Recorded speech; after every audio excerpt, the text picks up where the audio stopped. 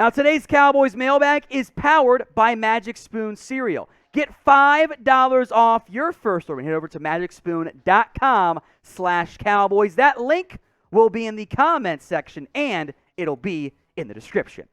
Let's dive in then. First up from Joe. If we sign Gallup, I think Cooper is gone and AC greater than MG. I think if you pay Gallup market rate, which maybe you don't pay him that, we'll see. That's, again, 16 weeks thing. Then I do think Cooper ends up being gone. You can make it work if you want, but I doubt the Cowboys pay both guys. A shout out here to Jayson Rempo for his $5 super. Thank you, my friend. From Duane, with Jalen Smith gone, does LVE have to have a productive season? This is a contract year for him due to his injury history. Will the Cowboys keep LVE or let him walk or trade? So LVE is in the last year of his deal. So you cannot trade him. That is not a move the Cowboys can make. As things sit right now, I don't think the Cowboys will bring him back, but we'll see how the year goes on. He will be able to test free agency, and we'll look at what his market is at that point. From Snakebite, what would we have to do to get Randy Gregory signed, and if so, what would that contract look like? Right now, Randy Gregory doesn't want to sign a contract. He wants to ball out, play his season, and try and cash in for the first time in his professional career. He's never had that chance. Now, I think the likely outcome here is that Gregory gets the test or he's franchise tagged or whatever, and he goes, look, if it's close, I'm staying in Dallas. I think that is a likely outcome, but right this second, remember guys, mid-season contracts aren't that common because the players taken the risk already. They've bet on themselves. They'll keep betting throughout the season. So you don't see that many because it takes two people, team and player, to get a deal done. From Leroy Jenkins, time to go trade for Kyle Fuller. This name does make sense if you want to go get a corner. Fuller has not fared very well for Denver. In fact, he's actually fallen the wrong way down the depth chart. Now, he's owed overall $9.5 million for the entire 2021 season. Denver's got great depth at corner. They've got young guys. Fuller's on a one-year deal. You can make the money work in some capacity. As Denver eats some, Cowboys eat some. It's doable from a money perspective. I think that Fuller's better than Anthony Brown, although I will make note, Brown's actually been really good in man-to-man coverage and way better than what you would expect, by the way. I'll say this overall, I would call, see what the cost is. If it's cheap, then yeah, I think you should have interest if you're Dallas, since you are in a window to win games in a big way right now.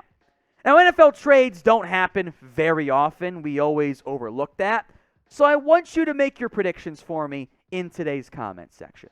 Will Dallas make a trade this year? This is the pinned comment action. If you get the ad break here on YouTube, scroll on down, get your votes in. Y for yes or N for no. From Coolio and Elite Gaming, is Dak still in Comeback Player of the Year talk? Not only is he in the Comeback Player of the Year talk, guys, he is the heavy betting favorite. I'll put it to you this way. As long as Dak does not get re-injured, knock on wood, he is winning the award. It is in the bag. He just has to stay healthy. From Dukebothers, given all the stats, including yardage allowed, do you think Diggs can finish the year as a top 10 corner defensive player of the year candidate? Yes.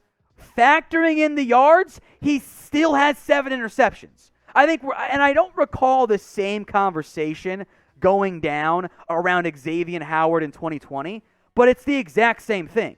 Yes, they have more interceptions and more pass breakups. They have more yards. He's allowing like 50% completion rate. That is awesome production, man. Now he's missed some tackles, allowed some big plays. I get that. It's the risk reward. But yes, Trevon Diggs is firmly inside Defensive Player of the Year candidacy, along with, I think, Myles Garrett of the Cleveland Browns. As mentioned, today's show is powered by Magic Spoon cereal. Get $5 off your first order when you go to magicspoon.com/Cowboys. This cereal is an unbelievable blend. Despite zero sugar, it tastes off the charts good. High in protein and very low in carbs as well. So check the comment section, check the description as well. I've got that link in there for you guys. Save $5 off your first order when you head over to magicspoon.com/Cowboys. From Dusty Rhodes, how you feeling about the Vikings game and what's your prediction? Too early for a score prediction. I actually don't love the matchup, though. Two great receivers. If I were Minnesota, I would simply not throw it at Trevon Diggs and throw it the other corner instead. And they can run the football. That run defense, I don't trust yet for the Dallas Cowboys. From Joey, think about this for a second. Bucks missed the field goal. Cowboys are 6-0. I do think at 5-1, the Cowboys are respected as they should be. If they were 6-0, they would be viewed as probably the best team in the NFL so far.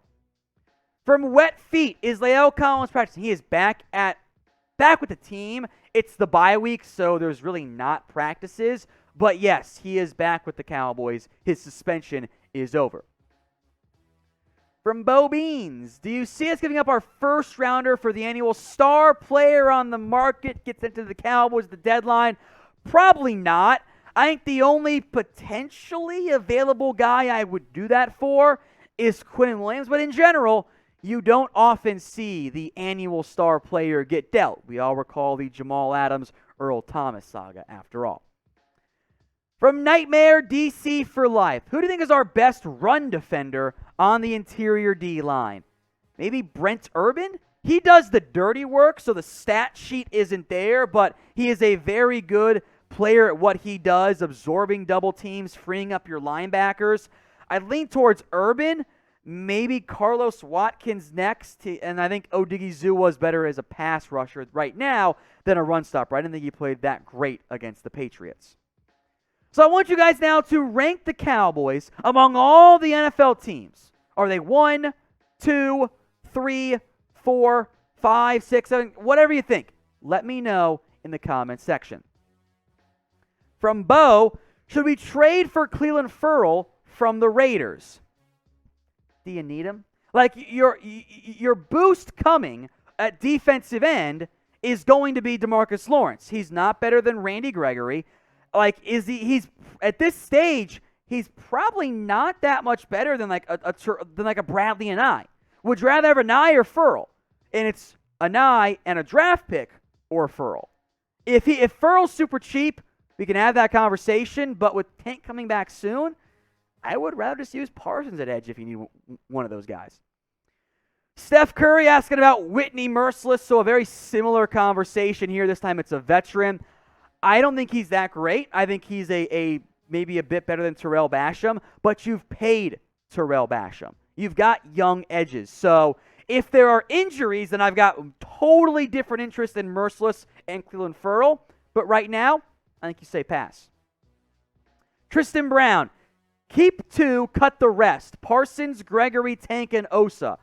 I don't have to cut any of these guys. I will power rank them so far this year.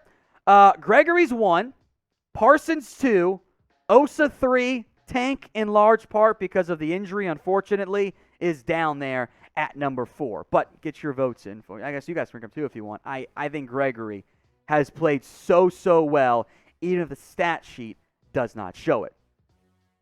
We're getting closer and closer to 109K subscribers here on the Cowboys Report. Again, the goal, the new long-term goal, I want to double up the Washington football team YouTube channel. I want that to happen before the Cowboys play them at the back end of the season. We are just outside of 109K right now. Washington's football team is at 57K. We can do it. We can double them up, and we will just body them on social media. So if you haven't already, hit that big red button and subscribe. From Salvatore, what pick will Dallas have this year? Number 32 overall. I'm mostly kidding there. Guys are 6 weeks in. It'll be in the 20s in all likelihood with the way they're playing right now, if not the 30s. From Blake, how many wins will the Cowboys finish with? somewhere in probably the 13 to 10 range, maybe the 11 range. You will lose games this year. You will not go 16-1. There are enough tough games the rest of the schedule, but this team should be looking at the number 1 seed. They're, 3 games up in the NFC East? It's over. They're going to win the division. Focus your sights on the number 1 seed and the bye, which means so much. For my burner account, should Dallas hire someone to watch the clock for Mike McCarthy? I don't know. Someone's not giving him good advice. There's been some bad clock management lately. That's all I got to say on that. It's got to get better. It's tough. I acknowledge that. It's like his main game day job. He's got to get it together. From number 1 down, another one? Good Lord, this is ridiculous. Would you trade a wide receiver for OBJ? Short answer, no. Long answer, no. Why would I do that? Amari Cooper is a better football player than Odell Beckham right now. Like, OBJ has not been that guy since his first couple years with the Giants. Like, that he has not been that caliber of player. There's, really no way around it. Like, he's not that dude anymore. I'm sorry. Meanwhile, if you trade him for Gallup, who I think Beckham is probably better than, although I do love Gallup, you're adding a ton of money. That defeats the purpose of going cheaper at receiver in the future. So I say no. Frankly, receiver is your best spot. Why would you change it? You are in fantastic shape right now at the position. It is far from your biggest need. Speaking of biggest need, let me know what you think it is in the comments right now. From Duane Jackson, at the trade deadline, which player could possibly get dealt? Funny on trades, right? I think in terms of Cowboys players, look, man, I think you'll explore spots you've got depth. Maybe one of your defensive ends, maybe a defensive back. If you want to go big, trade away a big name to get defensive help. That's an option, but I would lean towards the Cowboys being a bit quieter moving forward. From Raven, I do want to get to that Dak Side one too there. Where's Trysten Hill? Did he re-injure himself? Could we see him cut after clearing the PUP list? I think the move is he never clears the PUP list. You don't have to cut him. You can just keep Hill on that PUP list all year. Look, maybe it's the Cowboys are being cautious. Maybe it's they don't need him right now. It doesn't take this long to recover from an ACL. I wonder what Trysten Hill, if he's working hard or if he re-injured it. Either way, something's not right there. In the end, he's not one of your 3 best defensive tackles. He's probably not a factor in your game planning right now for this year if you're Dallas. From Join the Dak Side, should Dallas extend Kearse and cut Casey to send a message? This might get me in trouble, but I truly believe this. When you are 5-1 and you are in the midst of a very strong season, you don't send a message. You can yell at Casey, bench him for a game, but making multiple decisions here about it, paying somebody and cutting somebody else to send a message, that's what you do, maybe the cut one, if you're 1-5. If they were 1-5, cut Casey. You're 5-1. Guess what? You kind of need him out there right now. If you want to bench him, okay, I get that. But cutting players, making your team worse is probably not what you should be doing when you are a contender right now.